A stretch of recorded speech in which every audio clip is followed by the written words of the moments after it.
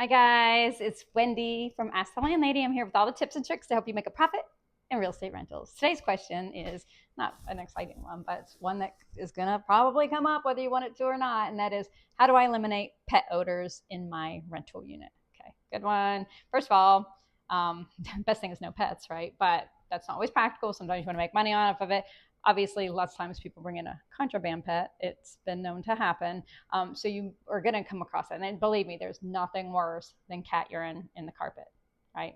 Well, except a dead body. Okay, that's probably worse. Dead body for a week or two, that's worse. But usually cat odor is like the worst thing you can do. It can be hard to eradicate, and it can definitely be upsetting, particularly if you really like the carpet that you just put in there. So the best way to avoid it is simply no animals. Other than that, if you are going to allow a pet, it's having a great pet addendum and regular inspections. Regular inspections no matter what, because every time I do an inspection, we have 400 units, right? Every time we do an inspection, we find a pet. We find a pet that should not be there. And again, it's in our lease that if you didn't tell us about that pet, we go back to the beginning of time, or at least to the last inspection where the pet wasn't there, and you're going to pay that pet fee all those times. Then we're going to decide whether or not we're going to allow you to keep that pet.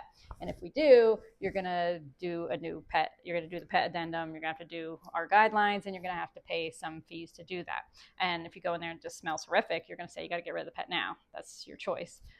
So the main thing you want to do is, if you are going to allow pets, is to educate them about the possibility of pet odors. And so we would have like maybe a checklist that's a tenant sign that says stuff like that you're going to have to vacuum the unit at least once a week. You have to clean the litter boxes twice weekly, that you're going to mop the floors and use a solution with some vinegar and baking soda, that you're going to schedule carpet cleaning. You could say once or twice a year, that the tenant actually has to do a professional cleaning to keep your carpets in good shape with pets. And then you can have it on your calendar, and they can submit the statement to you that they've had it done, their bill that they actually paid for having the steam cleaning.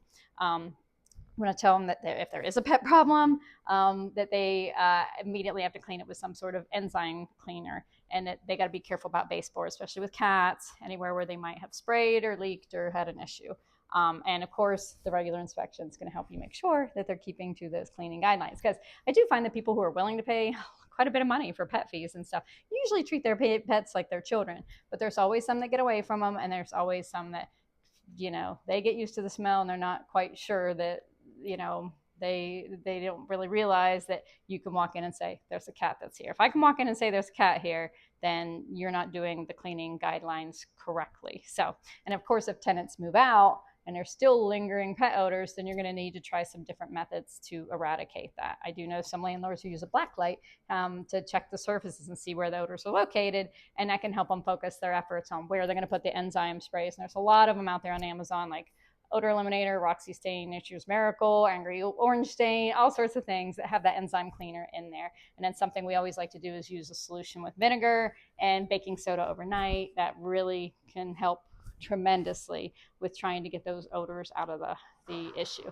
And you can also get a professional steam cleaner to kind of finish that off at the end. And then try airing out, with fans and all that type of thing. There's a lot of good products in the market that's hopefully going to keep you from having to do a full renovation or rip up the floors and do all that type of thing. So there you have it. That's my nutshell way of how to do that. First of all is just staying on top of your tenants, having a great pet statement and addendum that they signed off on, making sure they're keeping to those cleaning guidelines that you have established, and then again, just being aware of different products that can help you out. So again, shoot me a comment. I'd love to hear what you guys do about pet odors. Is there some magical thing that's working for you? Because it's not easy being a landlady here in this business, and we can only learn from each other. So thanks.